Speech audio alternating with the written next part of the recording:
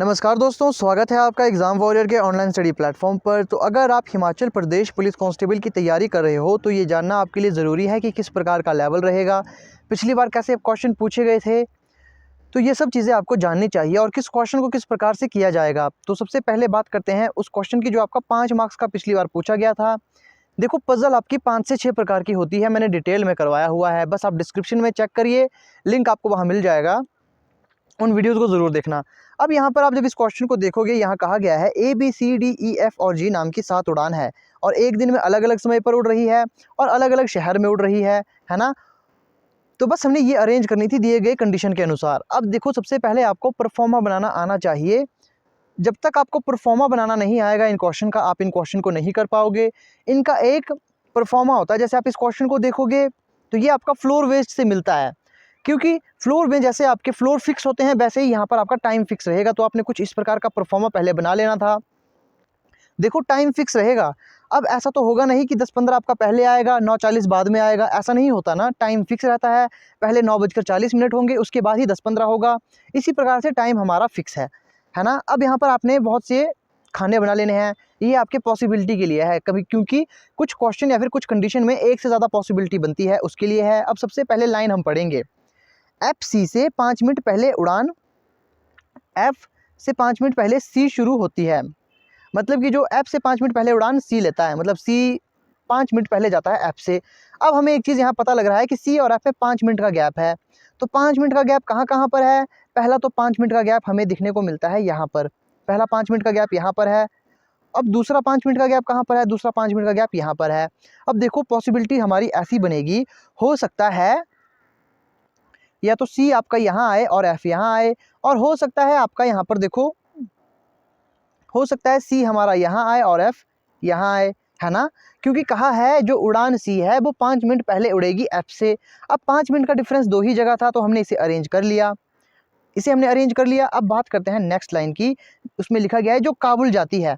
अब ये जो किसके रिस्पेक्ट में कही गई बात है, तो जो से पहले ठीक जो व्यक्ति आता है उसके रिस्पेक्ट में कही गई बात होती है। जो मतलब C कहाँ जा रही है? C जाती है काबुल को। तो C हमने यहाँ मानकर चलना है, C जाती है काबुल को, और यहाँ मानकर चलेंगे हम ये कहाँ जाती है? काबुल को, है ना। ये हमने मान लिया।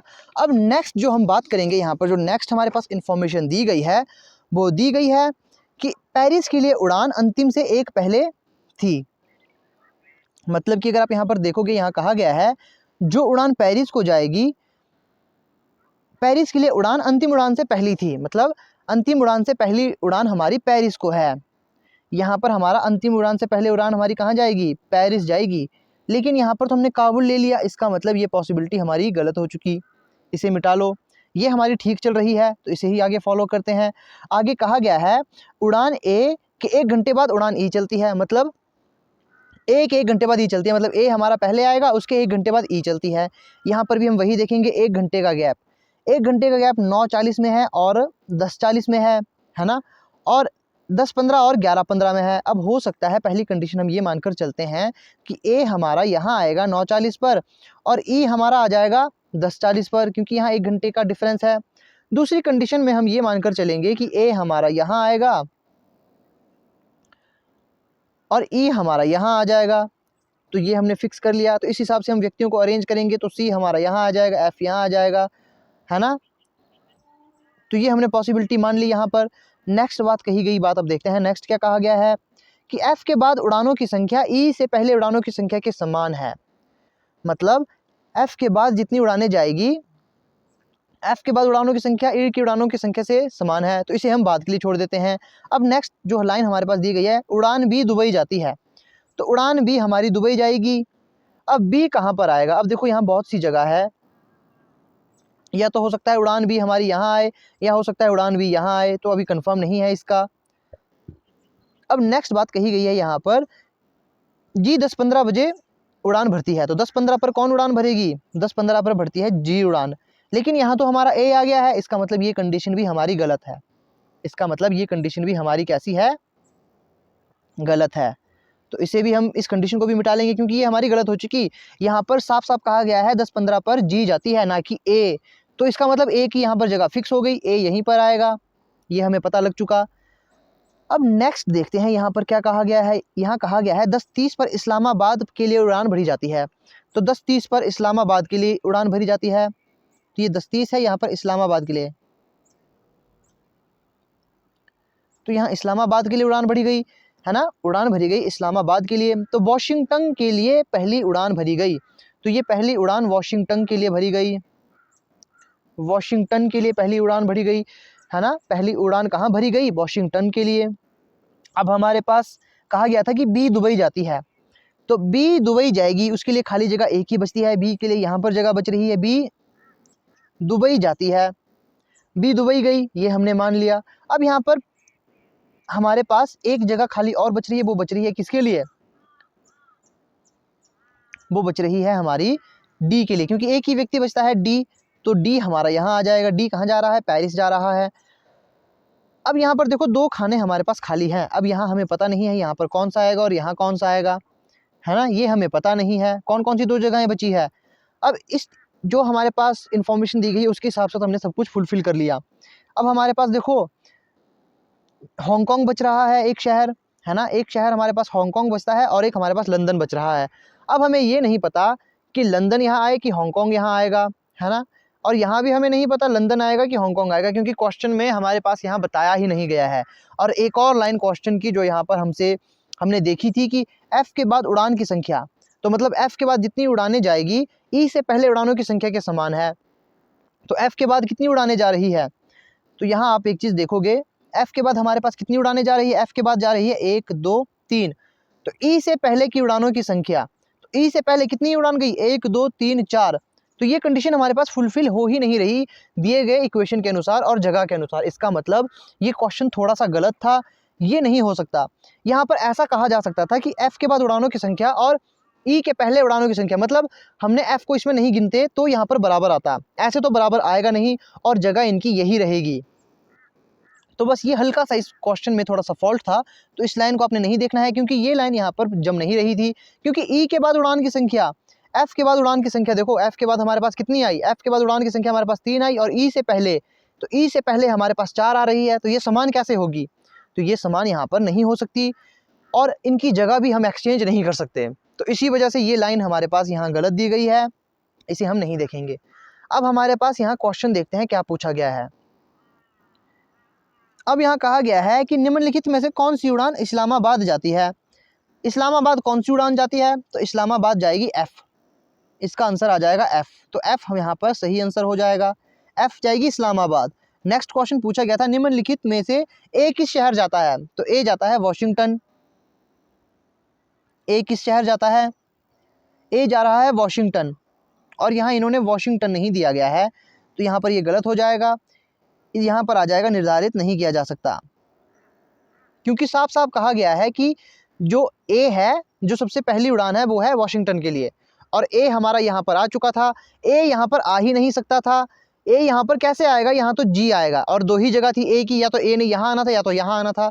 यहाँ तो आ नहीं सकता तो यहाँ आया था, इसका मतलब यहाँ पर निर्धारित नहीं किया जा सकता, ये इसका आंसर नहीं होगा। यहाँ आना था नन ऑफ दीज, लेकिन फिर भी यहाँ इसको मद्देनजर रखते हुए यहाँ पर निर्धारित नहीं किया जाएगा, इसका ये आंसर होगा। अब नेक्स्ट क्वेश्चन देखते हैं, एफ निम्न में से किस समय पर उड़ान भरती है? तो एफ किस समय पर उड़ान भरेगी? तो 10:30 पर वो उड़ान भरती है। कितने? 10:30 पर वो उड़ान भरती है।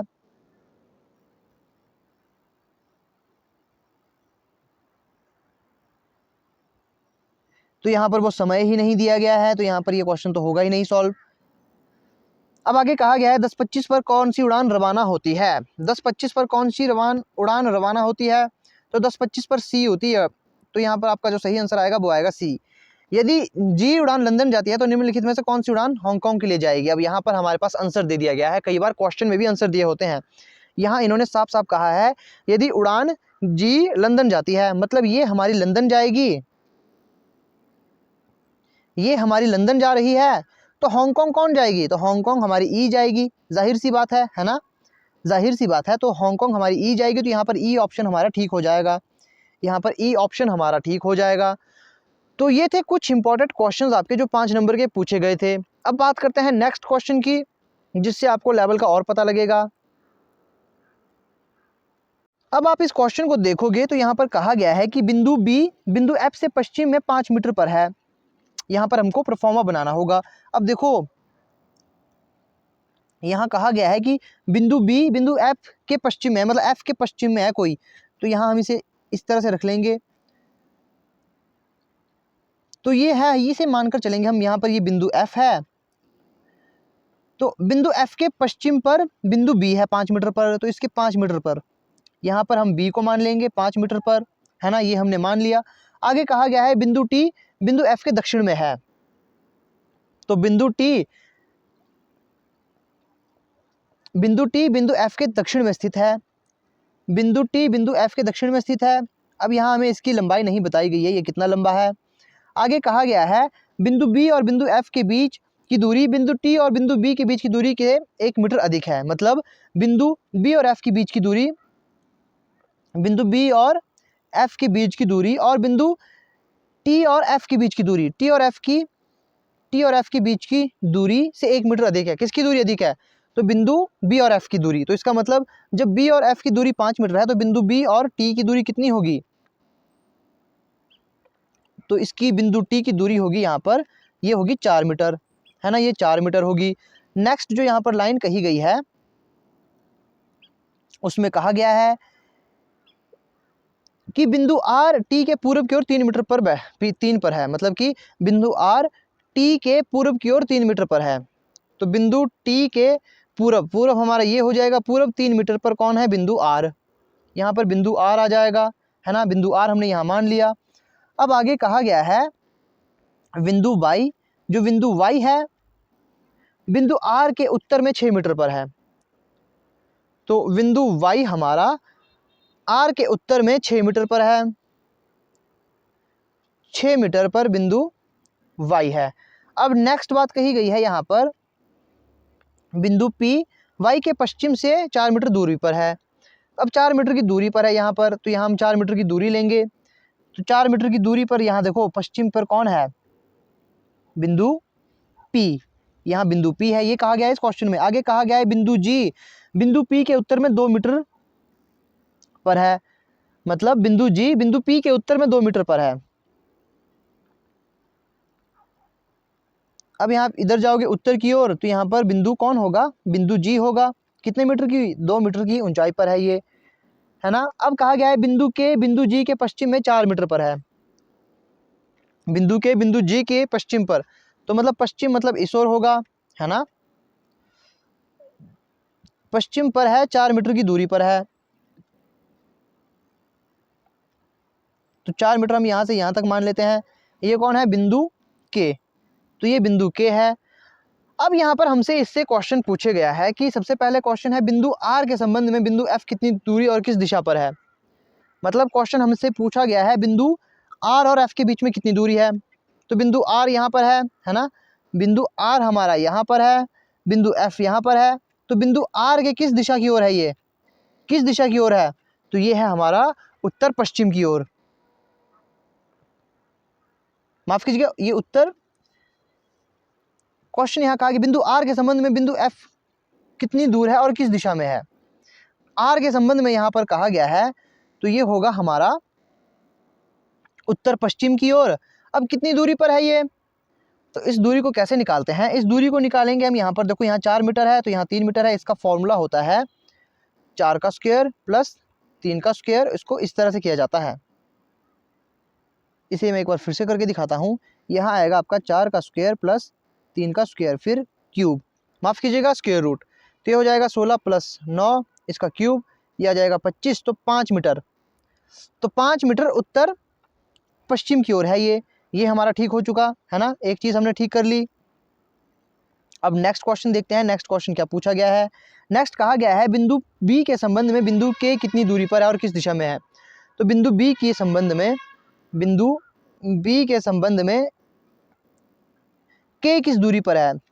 तो के किस दूरी पर है और किस दिशा में है? दिखती बात है, ये हमारा उत्तर दिशा पे है ना। अब दूरी हमने यहाँ से फाइंड करनी है। अब दूरी कैसे फाइंड होगी इसकी? एक चीज़ आप यहाँ देखो, यहाँ से यहाँ तक ये कितना है? ये 4 मीटर था यहाँ से यहाँ को, तो ये 4 मीटर आएगा यहाँ से यहाँ तक, तो 4 मीटर है। तो 6 में से 4 माइनस किया तो 2 मीटर यहाँ बच रहा है ना। 2 मीटर यहाँ इस तरह की हम लंबाई नहीं लेंगे, हम सिर्फ ऊंचाई की लंबाई लेंगे। ये भी 2 मीटर बड़ा था, तो मतलब 2 + 2 4 मीटर उत्तर की ओर, 4 मीटर उत्तर की ओर। ये आपका आंसर आ। तो अब बात करते हैं नेक्स्ट क्वेश्चन की, जो यहाँ पूछा गया है कि बिंदु F बिंदु P के संबंध में किस दिशा की ओर है। बिंदु F जो है, बिंदु F हमारा यहाँ पर है और बिंदु P थोड़ा सा आगे है। आगे क्यों है? क्योंकि यहाँ देखो, यहाँ 3 मीटर का गैप है, लेकिन ये 4 मीटर तक आगे गया हुआ है। तो इस P के रेस्पेक्ट में बिंदु F कहाँ पर है? तो ये हमारी दिशाएं होती है, तो ये इस ओर है, तो ये हमारा आ जाएगा किस ओर है? दक्षिण पूर्व। तो यहाँ हमारा सही आंसर आएगा दक्षिण पूर्व की ओर है। अब नेक्स्ट क्वेश्चन की बात की जाए। अब इस प्रकार के क्वेश्चन आपके हिमाचल प्रदेश पुलिस कांस्टेबल में पूछे गए थे। यहाँ कहा गया है एक पुरुष पश्चिम की ओर देख रहा है। अब इस क्वेश्चन को कैसे करते हैं ये मैं आपको बता देता हूँ। देखो, सबसे पहले आपने डायरेक्शन ले लेनी है ना। ये हमारी डायरेक्शन होती है, ये हमारी डायरेक्शन है। अब देखो, वो देख रहा है पश्चिम की ओर, वो यहाँ देख रहा है। अब वो 45 डिग्री दक्षिणावर्त घूम जाता है। अब बहुत से बच्चों को दक्षिणावर्त क्या होता है ये नहीं पता होगा। दक्षिणावर्त का मतलब होता है क्लॉकवाइज। क्लॉक इस ओर को घूमती है, तो वो भी इस ओर को घूम गया 45 डिग्री। ठीक है, क्योंकि इन दो के बीच में जो गैप होता है वो 45 डिग्री का होता है ना। ये 45 डिग्री घूम जाता है, फिर 180 डिग्री घूम जाता है इसी दिशा में। तो 180 डिग्री घूम गया, मतलब अब यहाँ से यहाँ देखो, यहाँ से यहाँ 45 90 हो गया, 45 45 90, तो 180 हो गया। क्योंकि यहाँ देखो, इनके बीच में गैप 45 डिग्री का होता है, तो 2 को जोड़ेंगे तो 90, 2 को दोबारा जोड़ेंगे तो 90, 90 90 180 होता है। तो अब वो यहाँ पर है। अब कहा गया है कि फिर वो 270 डिग्री वामावर्त घूम जाता है। दक्षिणावर्त का मतलब होता है क्लॉकवाइज और वामावर्त का मतलब होता है एंटी क्लॉकवाइज। तो इसमें वो एंटी क्लॉकवाइज घूमता है 270 डिग्री। अब देखो, 270 डिग्री वो घूमा है, तो यहाँ से यहाँ तक मैं घूमूंगा। जब मैं यहाँ से यहाँ को गया 90 डिग्री, यहाँ से यहाँ को गया 90 डिग्री, है ना। 180 डिग्री तो हो गया। अब मैं यहाँ से यहाँ को घूमा तो 90 डिग्री और हो गया, तो 90 और 180 कितना होता है? 270 डिग्री। अब वो यहाँ बैठा हुआ है, तो किस दिशा में है? दो दक्षिण पश्चिम में है, तो दक्षिण पश्चिम हमारा यहाँ पर आंसर आ जाएगा। अब नेक्स्ट क्वेश्चन की बात की जाए, ये भी काफ़ी आसान था। यहाँ पर ए का मतलब जमा है, तो इसका मतलब ए का मतलब यहाँ पर जमा है, बी का मतलब यहाँ पर माइनस है, सी का मतलब यहाँ पर भाग है, डी का मतलब यहाँ पर गुणा है। तो यहाँ पर बोर्ड मास का रूल लगेगा। सबसे पहले भाग होगा 3 से 4 को। अब 3 से 4 का मतलब होता है 3/4। अब देखो, 3 को जब हम 4 से भाग देंगे तो हमारे पास जो आएगा वो आएगा 0.75। फिर हमें 2 से गुणा करना होगा, तो गुणा करके ये हो जाएगा 5 दूनी 10, 7 दूनी 14, तो 1.5। 16 + 4 - 1.5। अब पहले प्लस होता है, तो 20 - 1.5 थी, आपका आ जाएगा 18.5। आपका सही आंसर आ जाएगा। तो सही आंसर क्या है आपका? 18.5। अब ये सीरीज थी, काफ़ी आसान सीरीज थी। पहले z है, फिर y है, फिर x, तो यहाँ पर दूसरा w आएगा। फिर दूसरा देखोगे आप तो y है, x w, फिर इसका u आ जाएगा, माफ़ कीजिएगा, अब इसका v आ जाएगा, है ना, v, फिर यहाँ पर u। तो इस प्रकार से मतलब एक एक घट रहा है, और यहाँ पर हम इसे डिसेंडिंग ऑर्डर में लिख रहे हैं। मतलब z को पहले लिखा, फिर y x w v u, इस प्रकार से इसे लिख रहे हैं। तो इस क्वेश्चन का आंसर कुछ ऐसा था। तो ये थी आज की वीडियो। आई होप आपको आज की वीडियो अच्छी लगी होगी। अब बताते हैं आपको लेवल किस प्रकार का रहेगा। तो आपने जब क्वेश्चन किया होगा पजल बेस्ड का, तो आपको पता लग ही चुका होगा कि लेवल कैसा रहता है। देखो, इस बार यहाँ पर थोड़ा सा क्वेश्चन आपका गलत आया था। गलत नहीं, थोड़ी सी कंडीशन यहाँ पर सही नहीं बैठ रही थी। तो हर बार ऐसा नहीं होगा। तो इस बार जो क्वेश्चन आएगा वो हो सकता है बिल्कुल सही आए और आपको ग्रेस मार्क ना मिले इसमें। तो इसकी आपने तैयारी अच्छी तरह से करनी है। और मॉक टेस्ट में आपको मैं ऐसे ही क्वेश्चन हर रोज़ करवाता हूँ पजल के, तो मॉक टेस्ट आपने ज़रूर देने हैं, जिससे आपकी तैयारी बेहतर होगी। तो मिलते हैं आपसे अब नेक्स्ट वीडियो में।